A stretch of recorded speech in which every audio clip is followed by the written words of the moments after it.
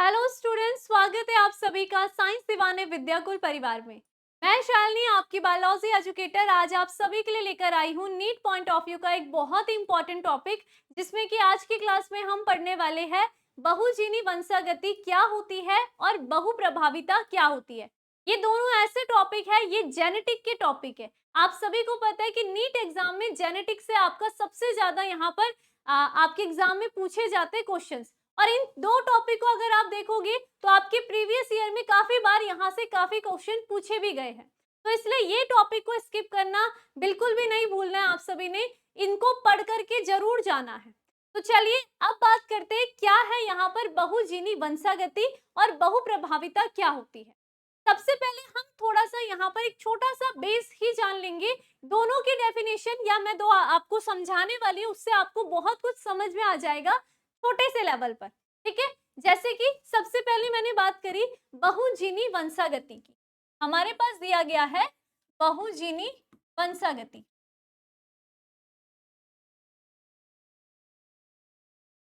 जिसे हम इंग्लिश में पॉलीजेनिक इनहेरिटेंस कहते हैं।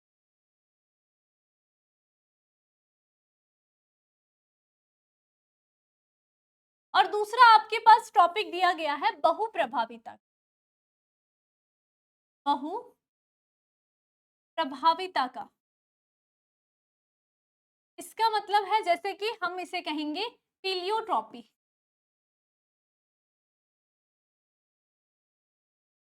ठीक है, अब देखो इन दोनों में अंतर क्या है। जब आपको इन दोनों के अंतर पता चल जाएंगे तो वैसे ही आपको पूरा टॉपिक क्लियर हो जाएगा, और फिर हम थोड़ा सा एग्जांपल के माध्यम से इसको समझेंगे। ठीक है, सबसे पहले बहुजीनी वंशागति, इसका मतलब क्या होता है, जब किसी एक लक्षण को दो से अधिक जीन प्रकट करते हैं तो इसी को हम बहुजीनी वंशागति कहते हैं। बहुजीन यानी कि बहुत सारे जीन केवल एक लक्षण को ही यहाँ पर निर्धारित कर रहे हैं, यही कहलाती है बहुजीनी वंशागति। वंशागति क्यों? क्योंकि वही लक्षण पीढ़ी दर पीढ़ी आगे बढ़ते रहते हैं, इसे हम कहते हैं बहुजीनी वंशागति। जैसे अभी मैंने आपको बताया, क्या बोला मैंने कि एक लक्षण है, कोई भी आप लक्षण ले लो, ठीक है, और इस लक्षण को निर्धारित करने वाले जो जीन होंगे वो बहुत सारे हो सकते हैं। जीन का नाम जैसे मैं यहाँ पर रख देती हूँ, ए जीन हो सकता है, बी जीन हो सकता है, सी जीन हो सकता है। तो ये क्या है, एक लक्षण है, वो अलग अलग जीनों के द्वारा निर्धारित हो रहा है। लक्षण कैसे हो सकता है, हम अपने आसपास देखते हो, आप देखते होंगे मनुष्य की हाइट में, है ना, तो आपको ऐसा तो नहीं है कि केवल मनुष्य की हाइट में आपको केवल एक लंबा व्यक्ति नजर आ रहा है और एक केवल छोटा ही व्यक्ति नजर आ रहा है। आप देखते हो ना, यहाँ पर मनुष्य की हाइट में आपको अलग अलग यहाँ पर हाइट देखने के लिए मिलती है। कोई आपको 4 फुट का देखने के लिए मिलता है, कोई 4.5 का देखने के लिए मिलेगा, कोई 5 का, कोई 5.5। तो इस तरीके से आपको अलग अलग हाइट देखने के लिए मिलती है। लेकिन लक्षण क्या है, हाइट है ना, वो जो ऊंचाई है केवल वो लक्षण है। लक्षण सबका सेम है, लेकिन हर व्यक्ति में किस तरीके की उसकी कितनी हाइट होगी, उसके लिए जो जीन होंगे वो अलग अलग होंगे, जो कि उनके अंदर उतने ही प्रोटीन का संश्लेषण कर रहे हैं, जिससे कि उसकी हाइट उतनी ही बन रही है। तो यहाँ पर क्या हो गया, लक्षण केवल एक था हाइट का, और उसके लिए जो जीन थे वो अलग अलग होंगे। 4.5 के लिए 5.5, 6, इस तरीके से वो जो जीन रहे होंगे वो कैसे है, बहुत सारी संख्या में, और यही क्या होंगे, आगे पीढ़ी दर पीढ़ी वंशागत होते। क्लियर बात है, तभी हमने इसे क्या कहा, बहुजीनी वंशागति का कॉन्सेप्ट क्लियर है। ठीक है, अब दूसरी बात आ जाती है बहुप्रभाविता की। बहुप्रभाविता जो है वो ठीक इसका उल्टा, ठीक इसका उल्टा, जैसे कि यहाँ पर जीन केवल एक होगा, लेकिन वो अकेला जीन बहुत सारे लक्षणों को प्रकट कर रहा है। ठीक है, यहाँ पर हमने कहा कि यहाँ पर क्या होंगे, एक जीन एक से अधिक लक्षणों को प्रकट कर रहा है। जीन केवल एक है और यही जीन क्या करेगा, अलग अलग लक्षणों को, लक्षण एक, कोई भी लक्षण हम लेंगे, लक्षण एक, लक्षण दो, ठीक है, इस तरीके से लक्षण तीन। क्लियर, तो इतने सारे लक्षणों को प्रभावित कर रहा है, यानी कि उनको दिखा रहा है, उनको शो कर रहा है, इसीलिए हमने इसको कहा है बहुप्रभाविता कहा है। बहुत एक जीन बहुत सारे उसके रूप दिख रहे हैं, उसके क्या कर रहे हैं, प्रभाव दिख रहे हैं। क्लियर हो गई है, ठीक है, तो यहाँ पर हम लिख सकते हैं बहुजीनी का मतलब है कि यहाँ पर जब या 2 से अधिक जीन एक ही लक्षण को प्रकट करते हैं, एक ही लक्षण को प्रकट करते हैं, और ये लक्षण क्या होंगे? पीढ़ी दर पीढ़ी आगे वंशागत होंगे। इसी को हम बहुजीनी वंशागति कहते हैं। जबकि बहुप्रभाविता इसका उल्टा, यहां पर क्या है? जब एक जीन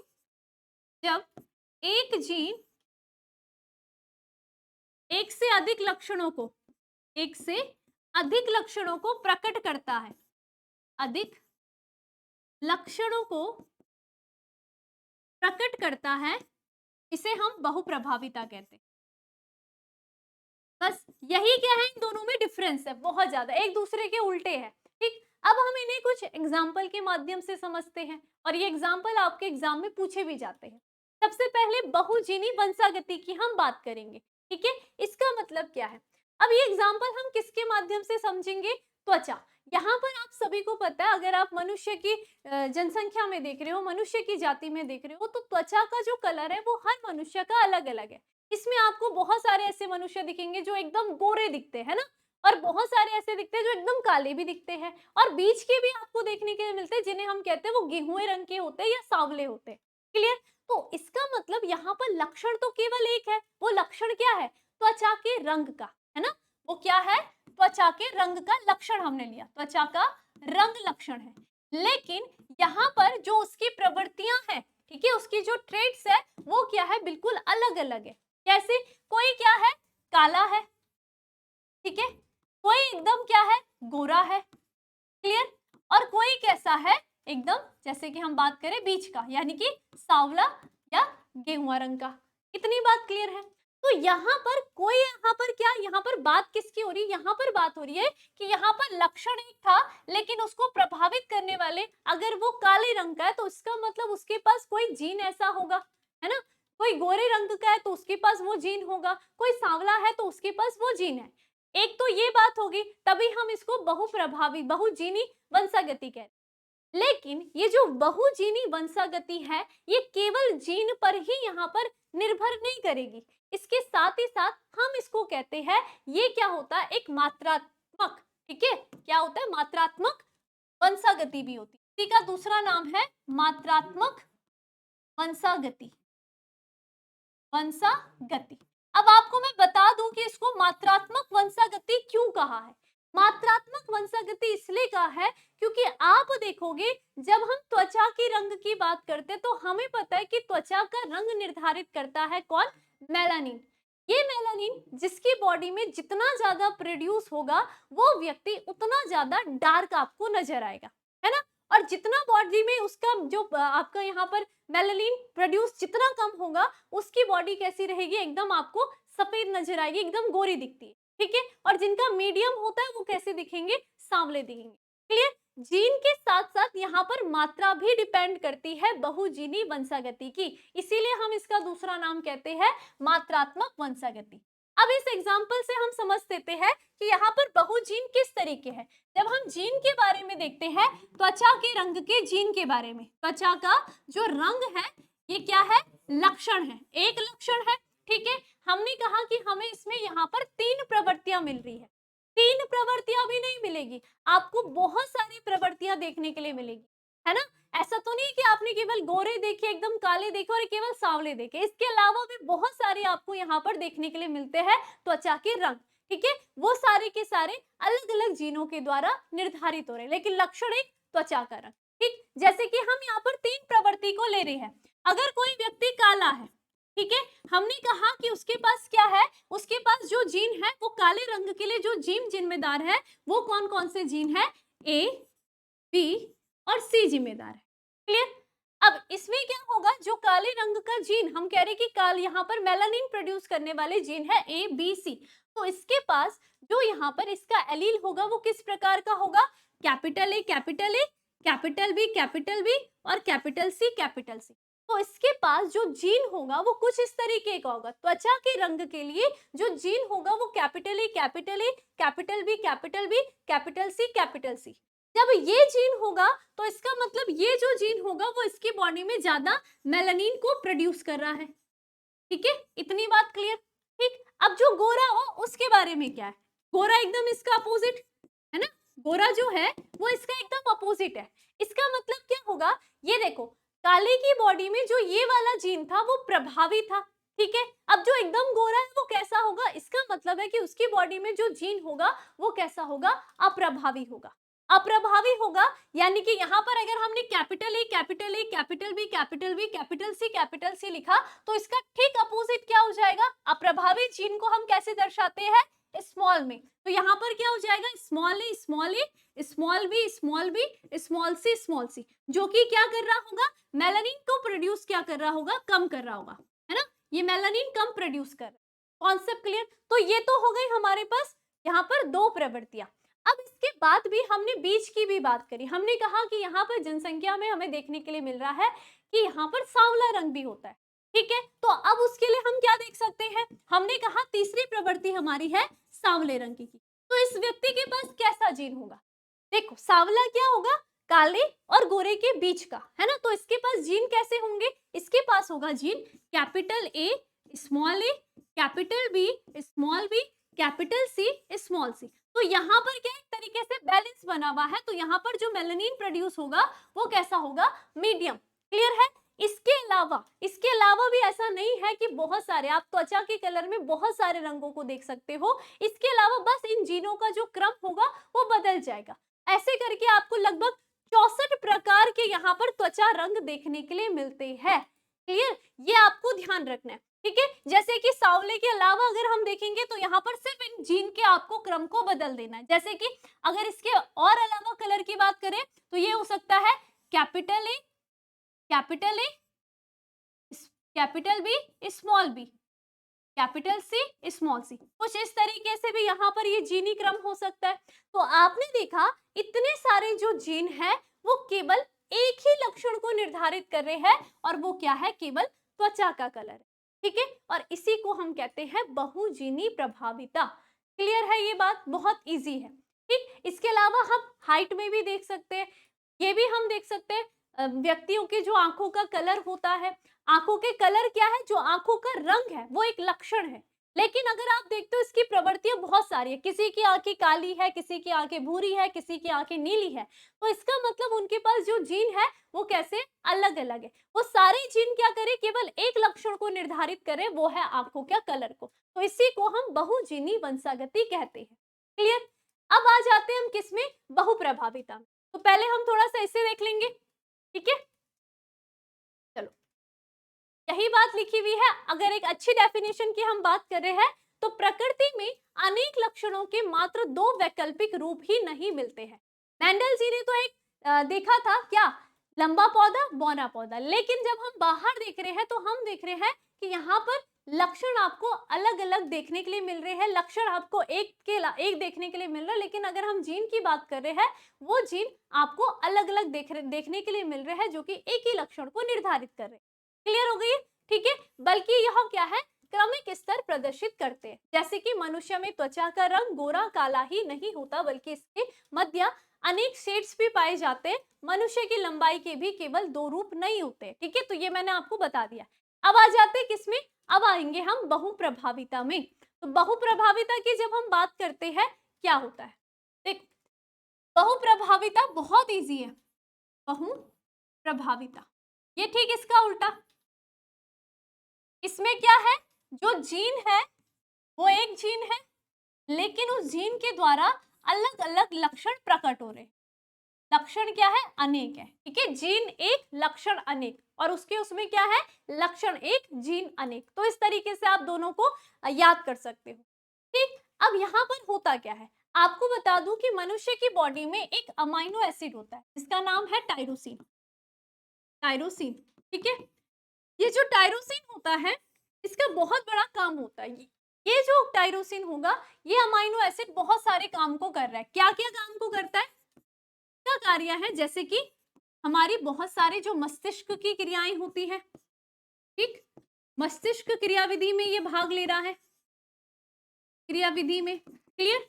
हॉर्मोन्स को स्रावित करने के लिए इसका कार्य होता है, हॉर्मोन्स श्रवण के लिए ये जिम्मेदार है। क्लियर? इसके अलावा जैसे हम देखते हैं पाचन संबंध यानी कि पाचन में भी इसका काम होता है। ठीक है, इसके अलावा हम देख रहे हैं जैसे कि मेलानिन का प्रोड्यूस हो रहा है, इसमें भी ये अपनी भूमिका को निभाता है। ठीक है, तो ये सारे है क्या, ये सारे के सारे लक्षण है। ठीक है, ये हमने क्या कहा, ये क्या है, सारे लक्षण है। आपने देखा लक्षण कितने हैं, आपने इतने सारे 1 2 3 4 इतने सारे लक्षण देख लिए। क्लियर? लेकिन बॉडी में जो टायरोसिन बन रहा है ना, ये कैसे बन रहा है, ये टायरोसिन जो बनता है वो बनता है हमारी बॉडी में एक अमाइनो एसिड उपस्थित होता है जिसे हम कहते हैं फिनाइल एलानाइन। ठीक है, क्या होता है, फिनाइल एलानाइन। ये क्या है, ये अमाइनो एसिड हमारी बॉडी में उपस्थित है। ठीक है, अमाइनो एसिड है और ये हमारी बॉडी में उपस्थित है। ये जो फिनाइल एलानाइन है जब ये टूटेगा तभी जाकर के टायरोसिन का निर्माण होगा बॉडी में, और तब जाकर के इतने सारे लक्षण हमारी बॉडी में नियंत्रित हो रहे। क्लियर? लेकिन यहाँ पर जो फिनाइल एलानाइन है इसको तोड़ने के लिए भी एक एंजाइम जिम्मेदार होता है जिसका नाम है फिनाइल एलानाइन हाइड्रोक्सिलेज। क्या होगा, फिनाइल एलानाइन हाइड्रोक्सिलेज। ठीक है, ये क्या होगा, ये एंजाइम्स होता है। ये एंजाइम्स जब बॉडी में है तभी जाकर के बॉडी में फिनाइल एलानाइन ये टूटेगा अमाइनो एसिड किसमें, टायरोसिन में, तब जाकर के बॉडी के ये सारे के सारे लक्षण नियंत्रित हो रहे हैं और ये अपने सुचारू रूप से काम कर रहा है। क्लियर? लेकिन अगर यहाँ पर आपने देखा, यहाँ पर ये जो फिनाइल एलानाइन हाइड्रोक्सिलेज है इसको बनाने के लिए भी कोई ना कोई जीन तो जिम्मेदार है ना, तो यहाँ पर ये जीन है। ठीक है, अब आप क्या देख रहे हो कि ये जो जीन है फिनाइल एलानाइन को बनाने वाला, ठीक है, ये जीन की उपस्थिति में आपका फिनाइल एलानाइन टूट रहा है किसमें, टायरोसिन में, तब जाकर के इतने सारे लक्षण यहाँ पर काम कर रहे हैं। लेकिन सोचिए अगर ये जीन खराब हो जाए, सोचिए कि ये जीन अगर खराब हो जाता है तो क्या बॉडी में फिनाइल एलानाइन हाइड्रोक्सिलेज रहेगा, नहीं रहेगा, है ना। तो यहाँ पर ना तो फिनाइल एलानाइन हाइड्रोक्सिलेज रहेगा, ना ही यहाँ पर फिनाइल एलानाइन टूटेगा टायरोसिन में। और अगर फिनाइल एलानाइन टायरोसिन में नहीं टूटा तो शरीर की इतनी सारी जो लक्षण है, इतनी सारी जो क्रिया है, उन सभी पर प्रभाव पड़ेगा, वो सारी की सारी रुक जाएंगी, तो व्यक्ति किसी ना किसी रोग से ग्रसित हो जाएगा। इसके साथ ही साथ अगर व्यक्ति के शरीर में फिनाइल एलानाइन नहीं टूटता है तो ये फिनाइल एलानाइन सीधा व्यक्ति के मस्तिष्क में जमा हो जाता है और उसके पश्चात ऐसे व्यक्ति जो होते हैं उनमें मानसिक दुर्बलता देखने के लिए मिलती है। अब आप क्या देख रहे हो, हम यहाँ पर बहुप्रभाविता को समझ रहे हैं। बहुप्रभाविता में हमने देखा कि एक अकेला ये जो जीन था, इस जीन के रहते इतनी सारी क्रिया हो रही है, टायरोसिन बन रहा है, ठीक है, तब जाकर के इतनी सारी क्रिया हो रही है। लेकिन अगर ये जीन ही नहीं रहा, फिनाइल एलानाइन हाइड्रोक्सिलेज ही नहीं बनेगा, तो ये सारी की सारी क्रिया रुक जाएगी। तो ये शो कर रहा है एक जीन लक्षण अनेक, है ना, जीन एक लक्षण अनेक। समझ में आया? इसी को हम कहते हैं बहुप्रभाविता। क्लियर? तो ये हो जाता है आपका पीलियोट्रॉपी, जिसमें हमें देख रहे हैं कि केवल एक जीन के द्वारा इतने सारे लक्षण यहाँ पर निर्धारित हो रहे हैं, उन सभी को वो नियंत्रित कर, इसे हम बहुप्रभाविता। मुझे लगता है कि क्लियर हो गए होंगे आप सभी को दोनों टॉपिक। हमारे पास बहुजीनी वंशागति क्या होता है और बहुप्रभाविता क्या होता है, तो यहाँ पर आप सभी को क्लियर है। ठीक है, तो अब हम यहाँ पर प्रीवियस ईयर के पेपर को थोड़ा सॉल्व कर लेते हैं, पेपर नहीं क्वेश्चंस को सॉल्व कर। ठीक है, चलिए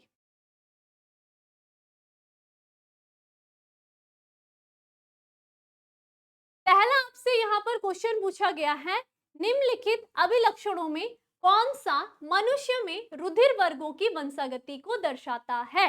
आपके पास अलग अलग यहाँ पर टर्म्स दी गई है। अब आपको बताना है कि यहाँ पर जो मनुष्य का रुधिर वर्ग होता है वो यहाँ पर क्या क्या लक्षणों को दिखा रहा है। क्या वो प्रभाविता को दिखाता है, या फिर वो सह प्रभाविता को, बहुएलील को दिखा रहा है, या फिर अपूर्ण प्रभाविता को, या फिर बहुजीनी वंशागति। तो बताइए क्या होगा यहाँ पर। ऑप्शन नंबर ए बोल रहा है कि ये प्रभाविता आपको बहुजीनी वंशागति, और यहाँ पर किसे दिखा रहा है, अपूर्ण प्रभाविता को दिखा रहा है। दो बोल रहा है फर्स्ट सेकंड और थर्ड होगा, फर्स्ट सेकंड और यहाँ पर ये फिफ्थ हो जाएगा, ठीक है। उसके बाद हम क्या देख रहे हैं, सेकंड, थर्ड और फिफ्थ, और ये क्या है, फर्स्ट, सेकंड और फिफ्थ है। तो यहाँ पर कौन सा आंसर होगा, देखो ऑप्शन ना भी देखो तो आप सभी को पता है कि मनुष्य का जो रुधिर वर्ग है सबसे पहले वो किसको शो कर रहा है। अगर हम प्रभाविता की बात करते हैं तो हाँ, प्रभाविता यहाँ पर प्रदर्शित होती है, चाहे आप ब्लड ग्रुप ए में देखो, बी में देखो, ओ में देख रहे हो या फिर ए बी में देख रहे हो, वो क्या कर रहे हैं, अपने आप को प्रभावी कर रहे हैं। तो यहाँ पर प्रभाविता प्रदर्शित होती है, बिल्कुल सही बात है। दूसरा यहाँ पर कहा है, क्या वो सप्रभाविता को शो कर रहा है। तो यहाँ पर आप सभी को पता है कि ब्लड ग्रुप जब ए बी आप देखते हो तो ए बी एक साथ प्रकट होते है ना, ए वाला जीन भी और बी वाला भी जीन एक साथ अपने आप को प्रकट कर रहे हैं, इसलिए हमने कहा कि उसे सप्रभाविता कहते हैं। तो यानी कि जो रुधिर वर्ग है वो सप्रभाविता को भी प्रदर्शित कर। तीसरी बात कही है कि क्या वो बहु एलील होते हैं, ठीक है। और चौथी बोल रहे हैं वो अपूर्ण प्रभाविता होते हैं, तो ये तो बिल्कुल नहीं होगा, ठीक है। पांचवा देखिए, बहुजीनी वंशागति। तो मनुष्य का जो रुधिर वर्ग है वो बहुजीनी वंशागति को शो कर रहा है, शो कर रहा है, ठीक है। किस तरीके से कर रहा है कि यहाँ पर आप देखोगे आई ए आई ओ वाला, यानी कि आई ए जब आई ओ के साथ रहेगा तब भी ब्लड ग्रुप ए बनेगा, ठीक है। यानी कि रुधिर वर्ग क्या है, लक्षण है, ठीक है। और उसको प्रभावित करने वाले या उसको निर्धारित करने वाले जो जीन है वो बहुत सारी संख्या। तो यहाँ पर सही कौन सा ऑप्शन हो जाएगा आपका, ए, ये वाला, बी वाला, ठीक है। फर्स्ट, सेकंड और फिफ्थ वाला, क्लियर है। जहां जहां पर थर्ड आएगा वो बिल्कुल नहीं होगा, बहुएलील भी नहीं होगा, बस क्या होगा आपका यहाँ पर सेकंड वाला से, क्लियर। चलिए इसी के साथ अगले क्वेश्चन में चलेंगे।